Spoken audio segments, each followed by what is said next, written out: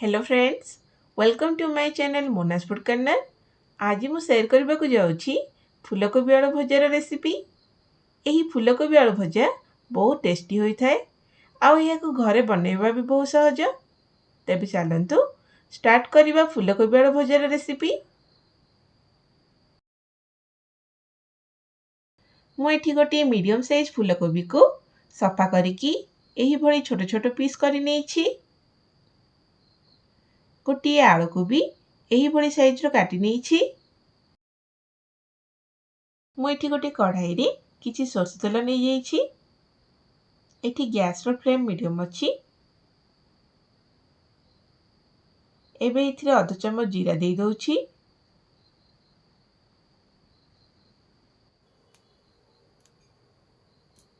दुईटी कंचा लंका दे दोछि।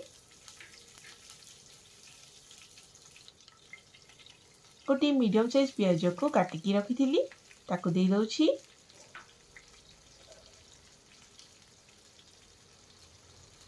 एबे सब को भल से मिसई दोछि।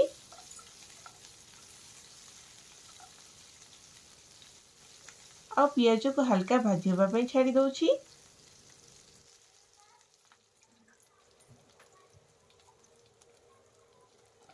वर्तमान काटिकी रखिथिबा फूलकोबी आउ आलू को भी दे दोछि।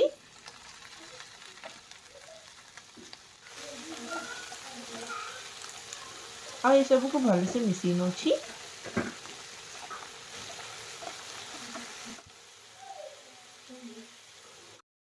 एबे आधा चम्मच हळदी गुंडा दे दोछि। स्वाद अनुसार लूण दे दोछि। अल्प टिके लंका गुंड दे दोछि।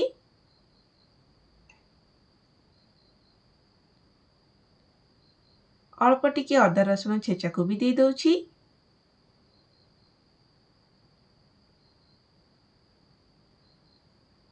आठ रु 10 टी भृसंग पत्र दे दोछि। एबे सब को भल से मिसई नोछि।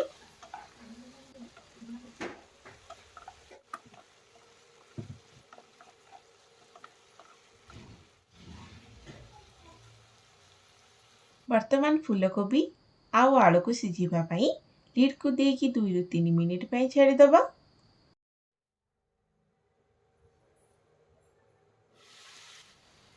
मझी मझी रे लीड को बाहर करिकी एही भली भाबरे बुली नोथिबे।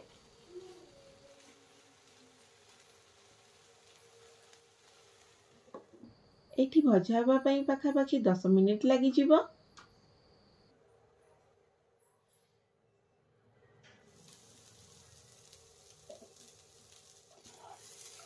देखंतु आमर भजा एठी ऑलमोस्ट होई गलानी।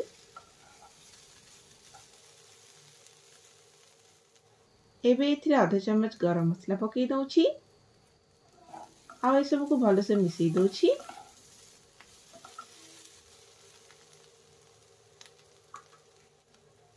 एबे इथिरे किछि कटा धनिया पत्र को दे दोछि। आ ए सब को भल से मिसई नोछि। वर्तमान प्रस्तुत होई गला हमर अति स्वादिया फूलकोबी आलू भजार रेसिपी। एबे चलंतु एगो गोटे प्लेट को बाहर कर नबा। देखि पारिथिबे फूलकोबी आलू भजा बनेबा केते सहज। सतरे यह बहुत टेस्टी होई थाए।